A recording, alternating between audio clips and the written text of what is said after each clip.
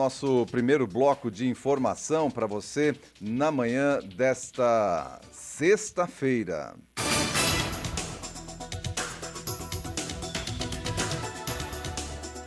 Olha, a investigação policial sobre ataque à creche Cantinho Bom Pastor em Blumenau é reconhecida com moção de aplausos da Alesc. Policiais da Divisão de Investigação Criminal de Blumenau, em Santa Catarina, receberam uma homenagem especial nesta quinta-feira, dia 18, ontem, portanto, na Assembleia Legislativa do Estado. O deputado estadual e delegado de polícia Egídio Ferrari, do PTB, propôs uma moção de aplausos em reconhecimento à rápida resolução do caso do ataque à creche Cantinho Bom Pastor, ocorrida em Blumenau no dia 5 de abril. Em apenas 10 dias, a Polícia Civil concluiu as investigações e indicou o responsável pelo ataque por 4 homicídios qualificados consumados e 5 homicídios qualificados tentados. Além disso, a investigação revelou todos os detalhes e circunstâncias do crime, incluindo a motivação, a dinâmica e o trajeto percorrido pelo autor no dia dos acontecimentos, entre outros aspectos que contribuíram para o indiciamento.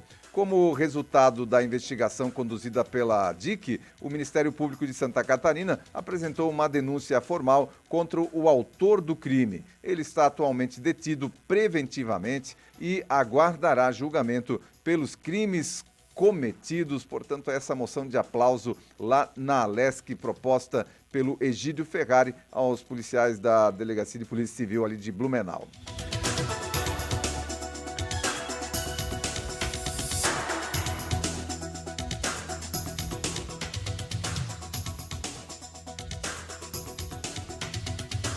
E olha só, o prefeito de Blumenau, Mário Hildebrand, compartilhou em suas redes sociais nesta quinta-feira, dia 18, um vídeo em defesa do seu discurso contra esmolas e vendas em sinaleiras da cidade. Vamos acompanhar o vídeo.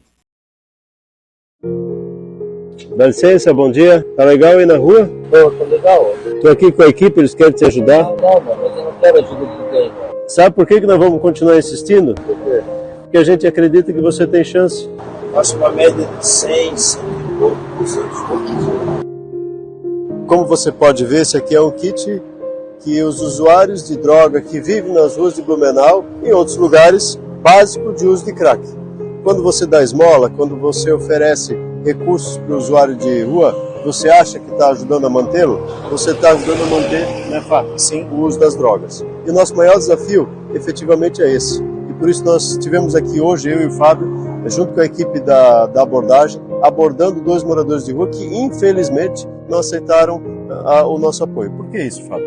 Não aderem ao serviço, porque muitas das vezes a própria sociedade financia, dando esmola, contribuindo, e essa pessoa não quer aceitar o serviço, né? Mas nós queremos dizer que nós estaremos passando, estaremos ofertando o nosso trabalho para que eles possam ir acessar esse trabalho nosso, esse serviço nosso. E uma das falas, inclusive, que um dos moradores trouxe aqui é que ele consegue arrecadar muito mais na rua do que antes quando trabalhava. Então, nossa esmola, infelizmente, está sustentando o vício e a população de rua. Nos ajude a superar esse desafio e a evitar com que as pessoas tirem a sua vida morando na rua.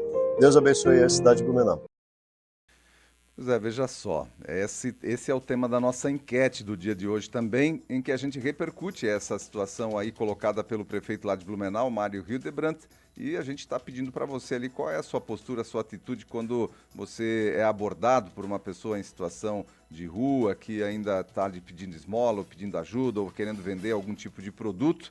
E aí a gente viu aí a justificativa dessa postura,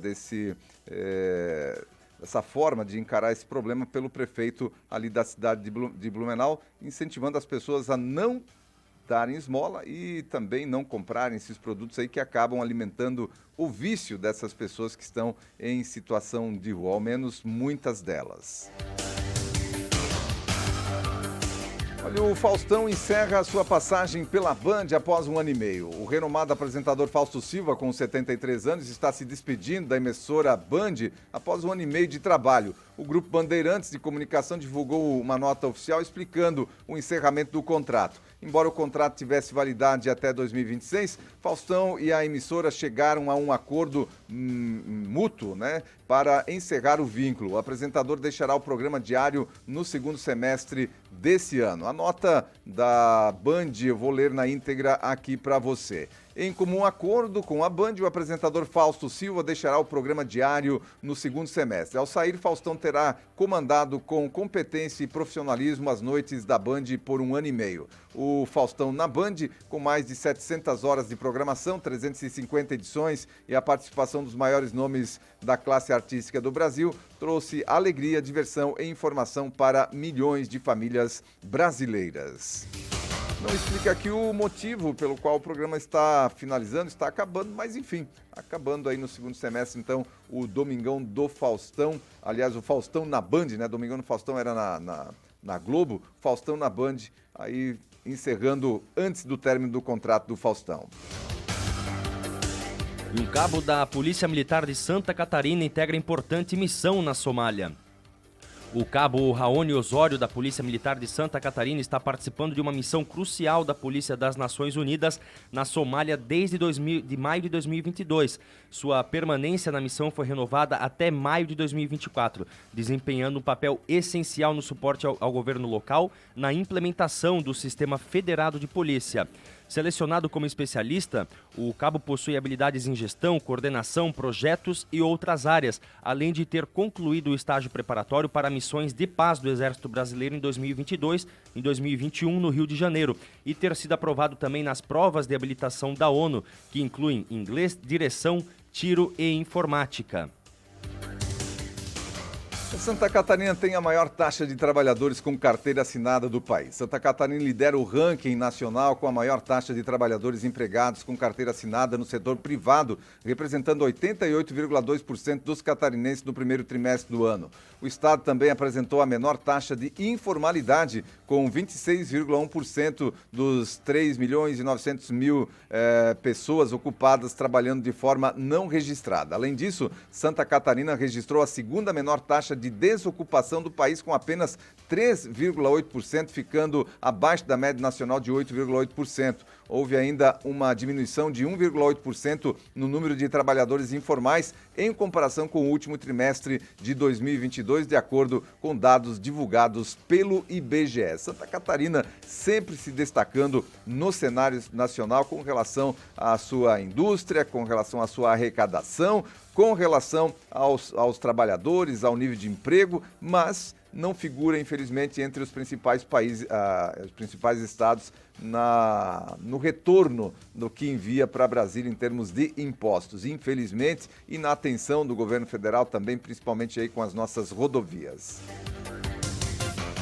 Ex-ajudante de ordens de Jair Bolsonaro, o tenente-coronel Mauro Cid, ficou em silêncio durante seu depoimento à Polícia Federal na tarde dessa quinta-feira, dia 18.